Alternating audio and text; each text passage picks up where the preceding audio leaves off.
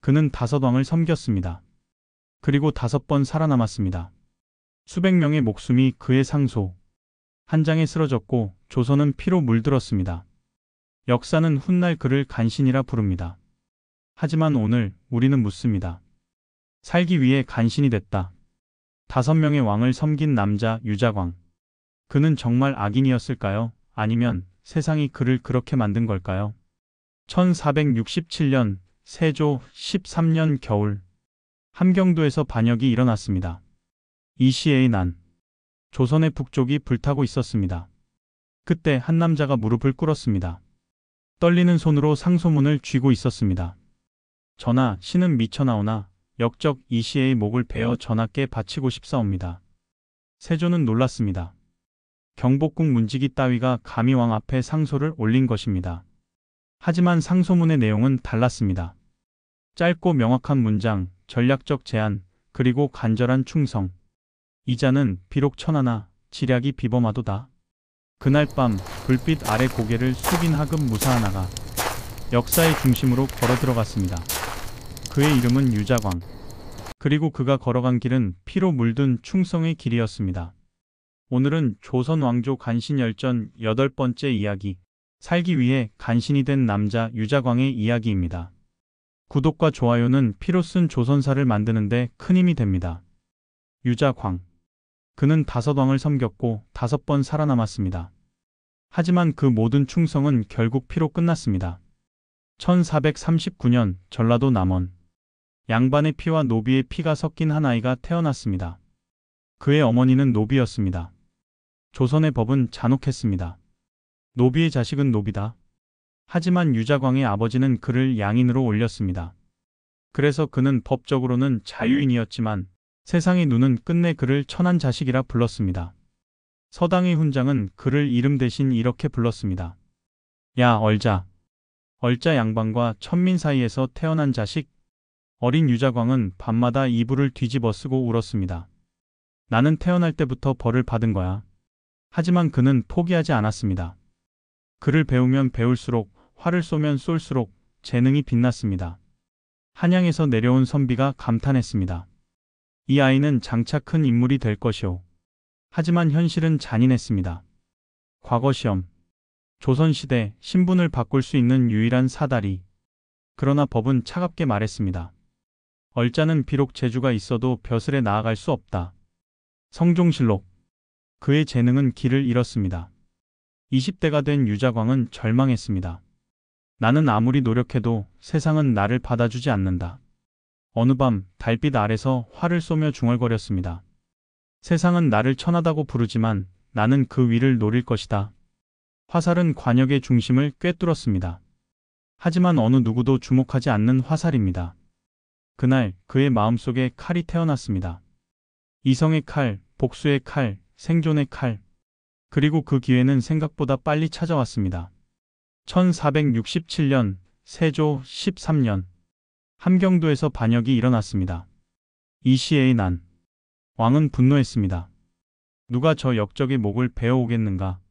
그때 하급 무사 유자광이 상소를 올렸습니다. 전하, 신은 비록 미쳐나오나 충성심만은 하늘을 찌르옵니다. 반역자 이시에를 토벌하겠사옵니다. 세조는 상소를 읽고 감탄했습니다. 문장이 뛰어났고 의지가 단호했습니다. 이자를 불러오라. 처음으로 유자광은 왕 앞에 섰습니다. 차가운 대리석 위에서 무릎을 꿇었습니다. 세조가 물었습니다. 네가 그 상소를 쓴 자냐? 그러하옵니다, 전하. 너는 어찌 그리 글을 잘 쓰는가? 유자광은 고개를 들었습니다. 신은 태어날 때부터 천하다는 소리를 들으며 자랐사옵니다. 그러나 전하의 은혜로 이 자리에 섰사옵니다. 신의 충성은 목숨을 바쳐 증명하겠사옵니다. 세조의 입가에 미소가 번졌습니다. 좋다. 너를 경호무사로 삼겠다. 그날 유자광은 처음으로 사람 대접을 받았습니다. 하지만 그것은 곧 피의 서막이었습니다. 세조는 속으로 생각했습니다. 이자는 충성스럽다. 그러나 위험하다. 배고픈 늑대의 눈빛을 가졌구나. 이 시에의 나는 곧 진압되었습니다. 유자광은 전투 대신 정보 보고와 내통자 색출로 공을 세웠습니다. 세조는 그를 칭찬했습니다. 너의 충성을 잊지 않겠다. 유자광은 무릎을 꿇고 눈물을 흘렸습니다. 드디어 나도 사람 대접을 받는구나. 하지만 궁궐은 전쟁터였습니다. 세조 주변에는 권력자들이 도사리고 있었습니다. 한 명의 신숙주 구치관. 이들은 세조의 나라를 만든 공신들이었고 유자광 같은 하급 출신은 그들의 발밑 그림자일 뿐이었습니다. 그는 질투했습니다. 저들은 태어날 때부터 높고 나는 태어날 때부터 천하다. 그날 밤 유자광은 결심했습니다. 신분을 넘을 수 없다면 권력으로 짓밟으면 된다. 1468년 봄부터 세조가 병을 앓기 시작했습니다. 궁궐은 술렁이었습니다. 왕이 죽으면 권력이 흔들립니다. 공신들은 모여 수군거렸습니다. 세자가 즉위하면 우리 세력을 유지할 수 있을까? 누군가는 다른 왕자를 옹립하자고 속상이었습니다. 유자광은 이 모든 것을 지켜보았습니다. 그리고 냉정하게 생각했습니다. 지금이 기회다. 왕이 가장 불안할 때 충성을 보여야 한다. 유자광은 세조의 침전 밖을 지켰습니다. 밤낮으로 왕의 곁을 떠나지 않았습니다. 그리고 보고했습니다. 전하, 아무개가 이런 말을 했사옵니다. 전하, 저자들이 모여 밀담을 나눴사옵니다. 세조는 병상에서 유자광을 불렀습니다. 병든 왕의 손이 떨렸습니다. 다른 자들은 모두 내 뒤를 본다. 하지만 너는 다르구나. 유자광은 눈물을 흘리며 무릎을 꿇었습니다. 신의 목숨은 오직 전하를 위한 것이옵니다. 전하께서 살아계시는 한 신은 단 한 발짝도 물러서지 않겠사옵니다. 세조는 그의 손을 잡았습니다. 충신이다. 그 순간 유자광은 알았습니다. 내가 이겼다. 왕이 마음을 얻었다. 여름이 지나고 가을이 왔습니다. 세조의 병은 깊어졌습니다. 9월 초 왕은 거의 말을 하지 못했습니다. 유자광은 여전히 침전 밖을 지켰습니다. 그리고 1468년 9월 8일 새벽, 세조가 마지막 숨을 거두었습니다. 그리고 예종이 즉위했습니다. 재위 1년 2개월 병약한 왕이었습니다. 유자광은 또다시 충성의 얼굴을 바꿨습니다. 하지만 이번엔 달랐습니다. 그의 충성은 피로 쓰인 충성이 될 것이었습니다. 여기서 잠깐 여러분께 묻겠습니다. 만약 여러분이 평생 천한 자식이라 불리며 살아왔다면 왕이 여러분의 이름을 부르는 순간 그 기회를 놓치지 않겠습니까? 1468년 세조의 죽음, 그리고 어린 왕 예종의 즉위. 그러나 그의 재위는 1년 남짓. 유자광은 또 한 번 충성의 옷을 갈아입습니다. 그의 머릿속에는 한 가지 생각만 있었습니다. 이번엔 실수하지 않는다. 이번엔 살아남는다. 그때 조정에는 26의 젊은 장군이 있었습니다. 이름 남이. 세조의 총애를 받던 조선의 영웅. 백성들은 노래했습니다. 남이가 있으면 나라가 편하다. 그러나 그를 바라보는 유자광의 눈빛은 차가웠습니다. 나는 평생 천한자라 불렸는데 저자는 태어날 때부터 영웅이라 불린다. 질투가 피처럼 끓었습니다. 조정회의에서 한 신하가 말했습니다. 남이 대감의 군사력은 조선의 자랑입니다. 그때 유자광이 입을 열었습니다. 그러나 군사를 한 사람에게 집중시키는 것은 전하의 불안을 키울 수도 있지 않겠습니까? 순간 회의장은 얼어붙었습니다. 원로 대신들이 비웃듯 말했습니다. 유자광?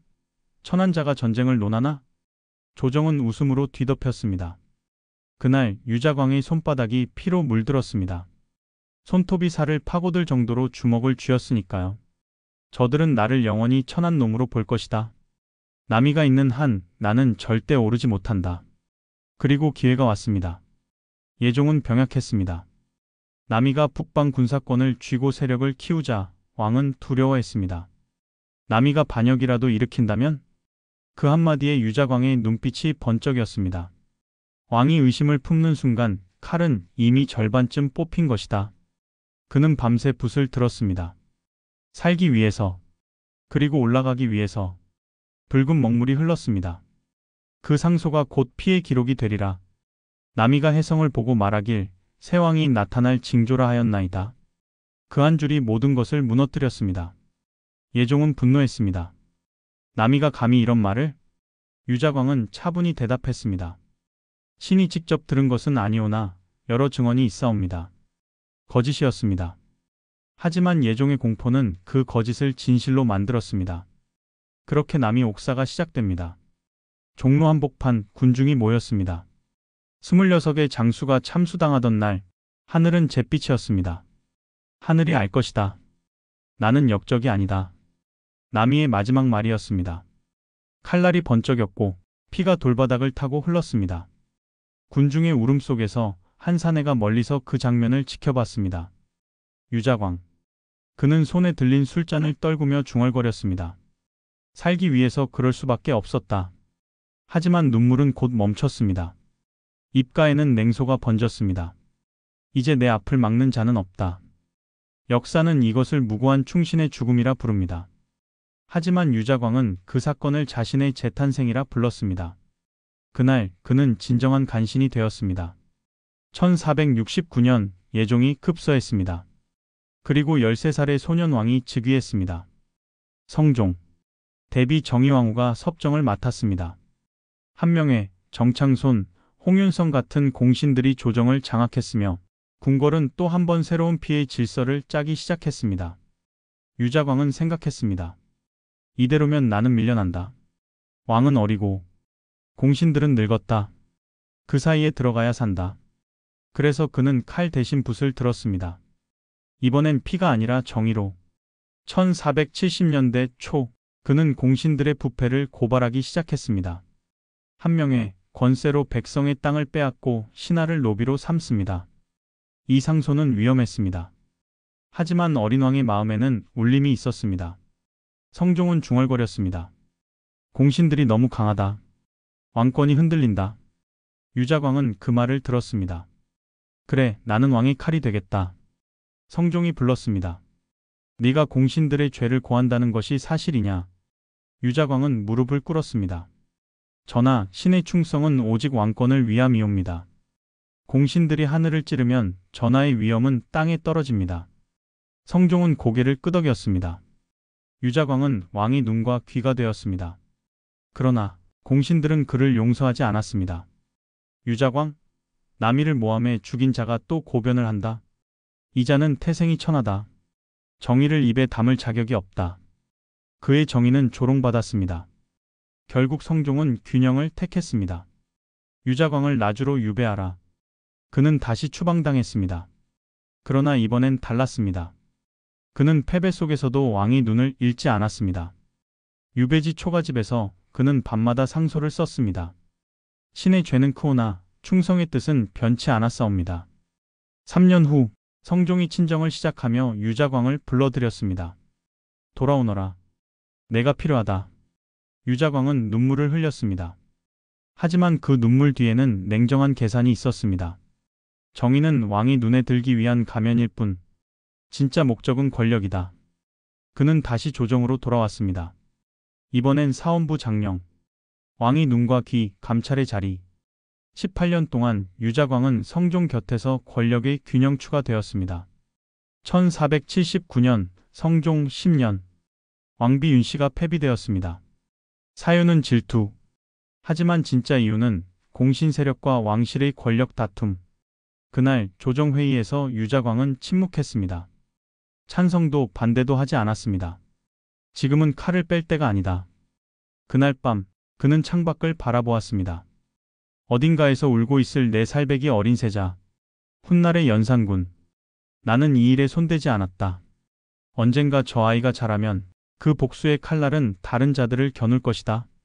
그리고 나는 살아남을 것이다. 그 미소가 어둠 속에서 번졌습니다. 1494년 성종이 죽었습니다. 25년의 통치가 끝나고 21살의 젊은 왕 연산군이 즉위했습니다. 그는 아직 어머니의 죽음을 알지 못했습니다. 그러나 진실은 언젠가 칼날이 되어 돌아옵니다. 유자광은 기다렸습니다. 새로운 왕, 새로운 세상, 새로운 피의 시대를.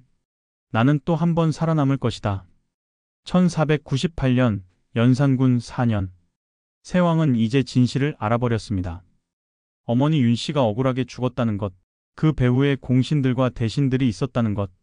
그날 이후 연산군의 눈빛은 변했습니다.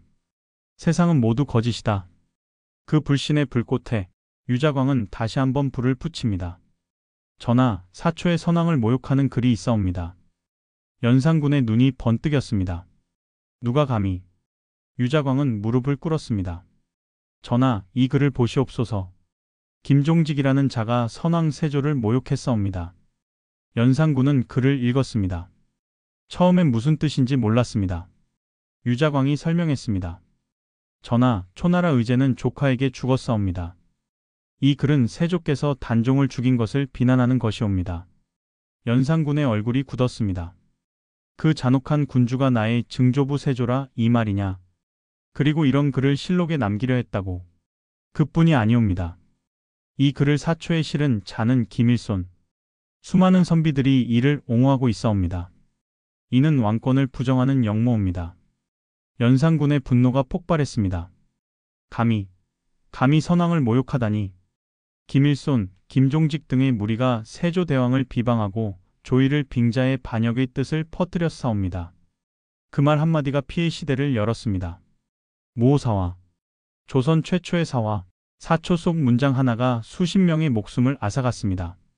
조의제문, 겉으로는 초나라 의제를 추모하는 글, 하늘은 잔혹한 군주의 죄를 묻는다. 연산군은 분노했습니다. 그의 분노는 불길이 되어 터졌습니다. 김일손의 목이 베어졌고 김종직의 시신은 무덤에서 끌려 나와 토막났습니다. 죽은 자조차 용서받지 못한 시대. 그 피의 한복판에 유자광이 있었습니다. 그는 사관들의 명단을 정리하고 신문 기록을 직접 감독했습니다. 어느 날 유자광을 따르는 관리가 물었습니다. 대감, 이 많은 선비들이 정말 역적입니까? 유자광은 창밖을 보며 대답했습니다. 역적이 아니어도 된다. 왕이 그렇게 믿으면 그것이 곧 진실이다. 그의 눈빛에는 피보다 차가운 생존의 빛이 번졌습니다. 모사화로 수백 명의 선비들이 죽었습니다. 연산군은 만족했습니다. 자광, 그대는 나의 충신이로다. 유자광은 또다시 살아남았습니다. 하지만 그 피비린내 속에서 그의 영혼은 조금씩 타들어가고 있었습니다. 1504년 갑자사화. 연산군은 드디어 어머니의 원수를 갚기 시작했습니다. 윤 씨를 패비시킨 자들, 그 결정을 도운 대신들, 심지어 사관들까지 모두 죽였습니다. 피가 궁궐 계단을 타고 흘렀습니다. 유자광은 그 옆에서 무릎을 꿇고 있었습니다. 전하, 역적을 모두 제거하셔야 합니다. 그는 여전히 왕의 칼이었습니다. 하지만 그 칼은 이제 광기의 손에 쥐어져 있었습니다. 연산군은 웃었습니다. 그대만이 진정 나를 이해한다. 그 한마디에 유자광의 운명이 결정되었습니다. 그는 또 한 번 살아남았지만 그의 이름은 이제 피해의 대가라 불리기 시작했습니다. 연산군의 광기는 멈추지 않았습니다. 궁궐을 놀이터로 만들고 백성을 놀이개로 삼았습니다. 유자광은 처음으로 두려움을 느꼈습니다. 왕이 미쳤다. 이제 충성으로는 살 수 없다. 1506년 9월 새벽, 비밀스레 모인 신하들, 박원종, 성희안, 유순정. 그들은 결의했습니다. 연산군을 폐위하고 진성대군을 새 왕으로 모시자. 그러나 한 가지 문제가 있었습니다. 병력이 없었습니다. 그때 누군가 말했습니다. 유자광을 설득하라. 그는 아직 군을 거느리고 있다. 그날 밤 박원종이 유자광의 집을 찾아왔습니다. 유대감, 더 이상 이 폭정을 볼 수 없습니다. 대감의 군사력만 있다면 반정은 성공합니다. 유자광은 침묵했습니다. 달빛 아래 술잔을 바라봤습니다. 그의 속에서 두 목소리가 싸웠습니다. 지금 배신하면 역적이다. 배신하지 않으면 죽는다. 잠시 후 그는 입을 열었습니다. 알겠소. 살기 위해서였다. 언제나 그래왔듯이. 1506년 9월 2일 새벽, 궁궐의 문이 열렸습니다. 유자광이 손에 들고 있던 열쇠 하나로 반정군이 들이닥쳤습니다. 연산군은 잠에서 깨어 소리쳤습니다. 무슨 일이냐? 하지만 이미 늦었습니다. 왕의 칼이었던 유자광은 그날 왕을 버렸습니다. 연산군은 폐위되었고 진성대군이 중종으로 즉위했습니다. 그리고 유자광은 또 한 번 공신의 자리에 올랐습니다. 중종 반정 1등 공신. 그는 5번째 왕을 섬기게 되었습니다. 하지만 이번엔 달랐습니다. 신하들의 눈빛이 그를 찔렀습니다. 왕을 버린 개가 또 상을 받는군. 궁궐 복도는 냉담했습니다. 유자광은 느꼈습니다. 이제 나를 믿는 사람은 아무도 없다. 1507년 탄핵이 시작되었습니다. 유자광은 세왕을 섬기며 충신을 죽인 자이오입니다. 그를 처벌해야 나라의 기강이 섭니다. 중종은 망설였습니다. 유자광은 반정의 공신이었기 때문입니다. 그러나 결국 유자광을 한양에서 추방하라.